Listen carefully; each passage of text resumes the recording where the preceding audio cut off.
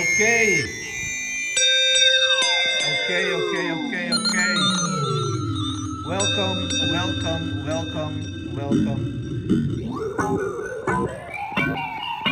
So, what do we have here, Jan Willem?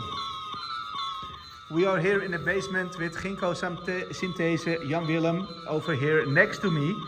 And yeah, this is Paltas for Error Instruments. We make a small video about the sample slicer because it's not so famous and there's not so much content about it, but I think it's an underrated model because it can do some funny things.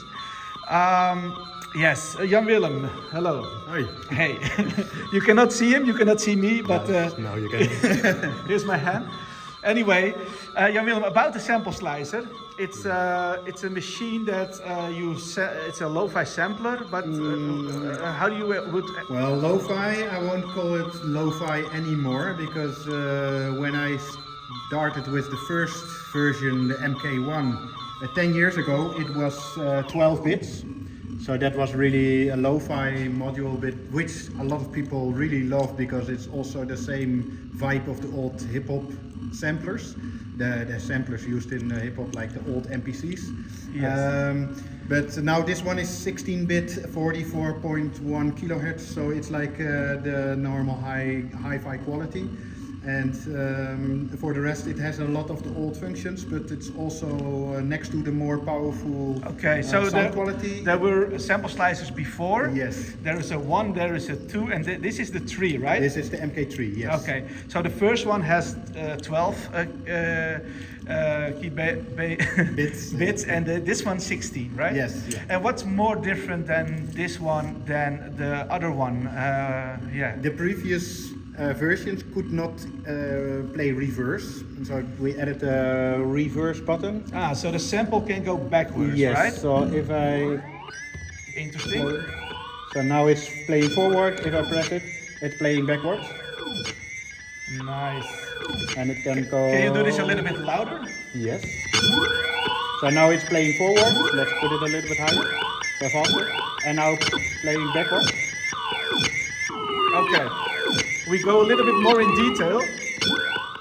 For people who don't know the sample slicer, there's a line over here with LEDs. Yes. And this line is the sample. So and all the LEDs are a part of the sample. Yes. Right? The sample slicer is based around a sequencer of 16 steps.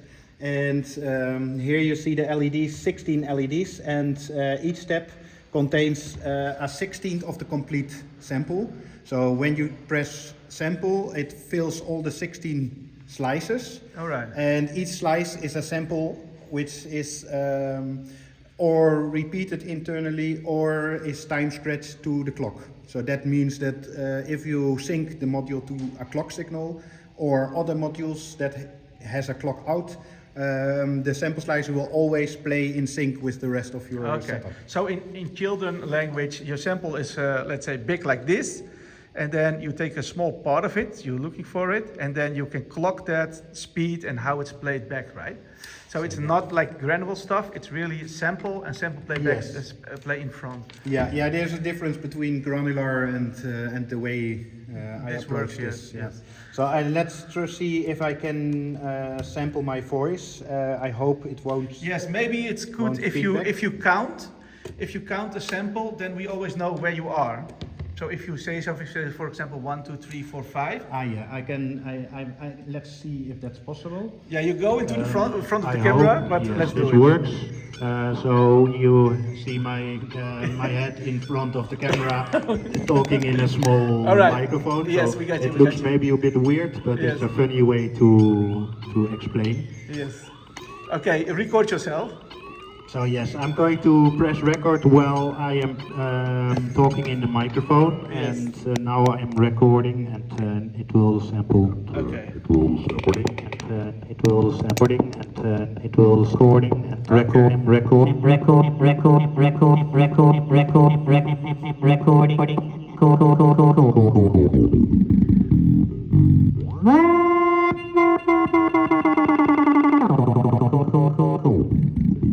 So it's like a live sampler.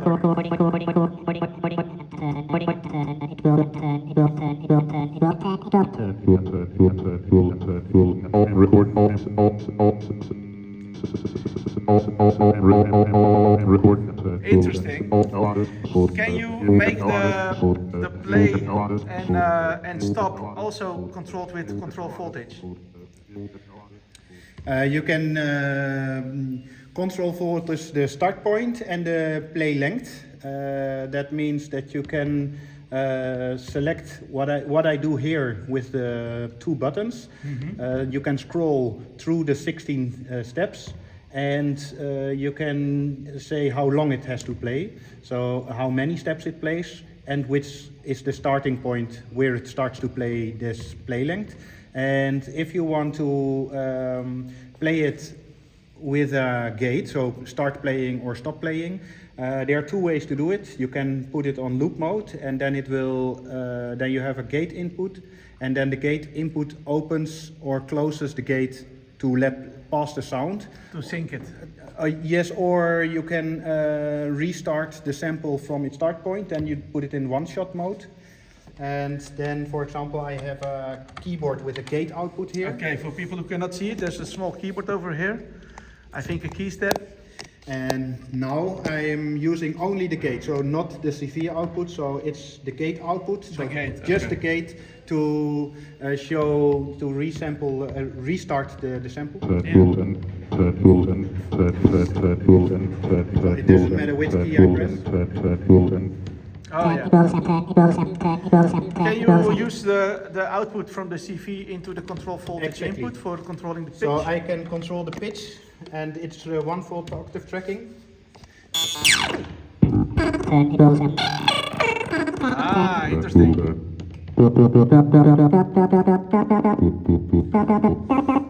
And of course, this is with a keyboard, but you can also do this with a sequencer or a step sequencer or a trigger sequencer and so on. And then there are two styles. A style is if it's looping internal for filling up the length of the slice to the clock, or it does time scratching. So what you hear now was the looping, and now I put it on time scratch, and you get really weird results sometimes. Time scratching, okay. Yes. Nice. And that can go really extreme if I lower the speed. And this you can change with a buttons, right, on the device. Try to go a little bit in detail there. So here are 8 buttons. Yes. And above the button there is written.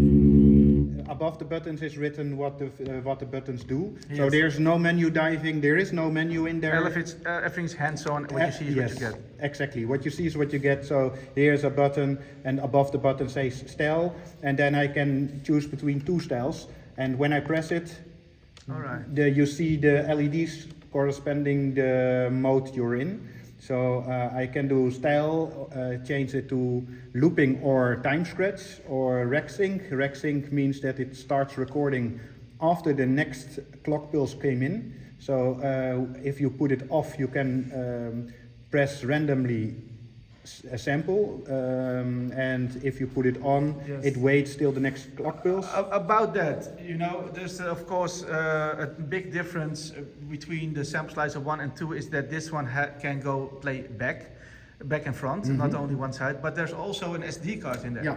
Can you tell something about the SD card, how easy is it to record there? Can you record straight on it on the SD card, or do you need samples from your computer to put it in there? You can record straight on the SD card from what you sample. So we just have your voice, but if you put a piano or something else here, then you can put it straight to the SD card? Exactly. And how there's no display, how do you know where you are? But let's so go there is a slot. Yes. So you can select which slot you want to save on. Okay, can you show it again? Yeah. The slot knob. So the 16 LEDs change into a slot that you can put samples on. Yeah. So I know there are 16 samples on this SD card now. Already, yeah. Already. So I can say, for example, the first 4 are silver, and I group them to a specific kind of sound. So therefore the next 4 are black, the next 4 are silver, and the next 4 are black again. So when I made this SD card for my live performance, I know what's behind these parts in the Yes, on but the 16 is still enough to remember. Yes, Strange exactly. question, can you do more samples than 16? Or this is it? You can hot swap SD cards.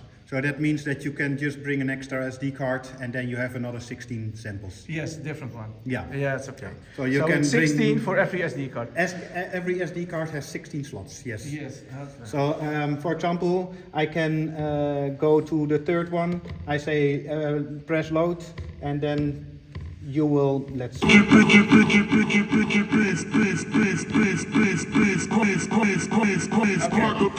Can you go to a different sample? Yes. So I can, for example, this is a metal sample. Let's see. Metal sample. A metal sample. Let's see.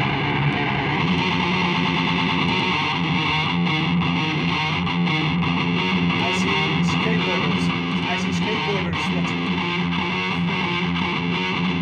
Alright. And what kind of samples do you have more?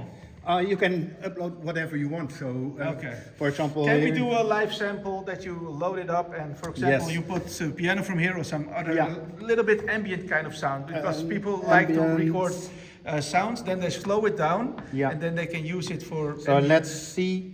I can put the monitor on. Let's stop this one, and let's see what I have here. This cable. Yeah, everything's a little bit DIY. We just here in the workspace. This is just my phone, but I think this model deserves a little bit more So attention. let's sample this sound. Yes, So I select the like a speed. kind of Blade Runner kind of background. Now it's in here. Yes. Ah, nice. Nice. And now I can pitch it up. I pitch it up. Nice. And if I put it on the time scratch mode,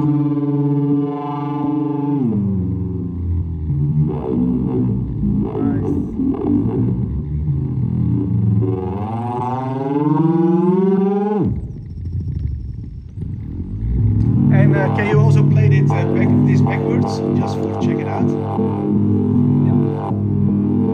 but playing backward, I think it's better to show it with a piano. Yes.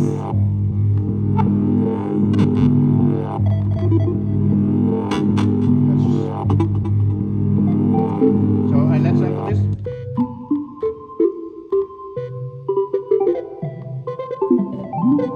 Now it's backward. Oh yeah. Nice. Let's make it really slow. Now it's forward. Nice. It's a little bit what I do with guitar loopers sometimes, to make it backwards and make it more lo-fi. Can be really good for ambient.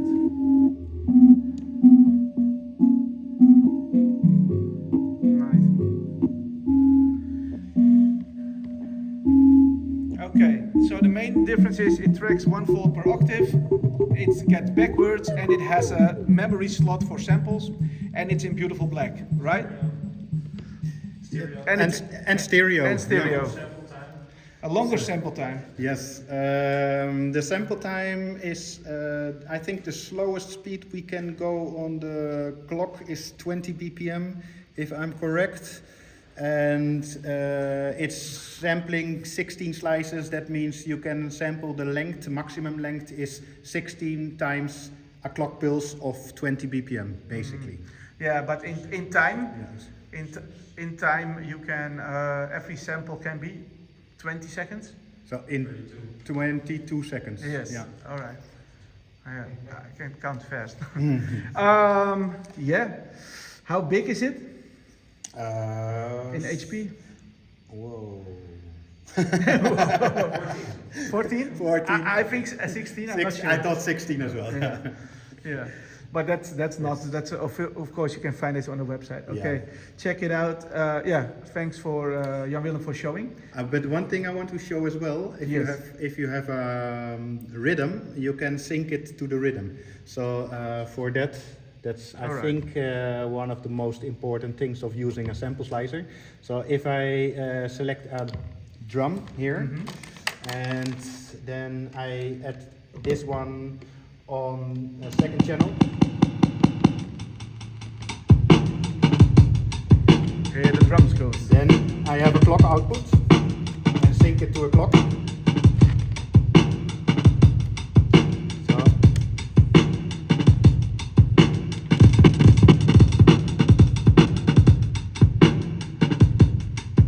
So let's say this is the clock, then I can put this on here as well.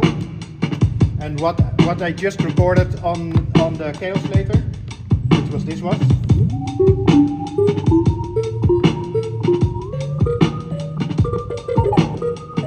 So now it gets in sync with the drum and the chaos oscillator.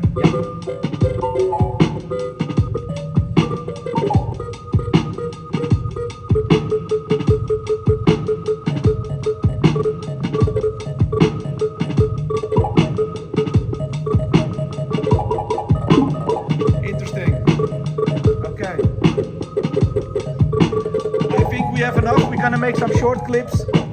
And just jamming and no more talking, enough bullshit. And now the people have an impression, at least, from the sample slicer. Jan Willem, thanks. Ciao.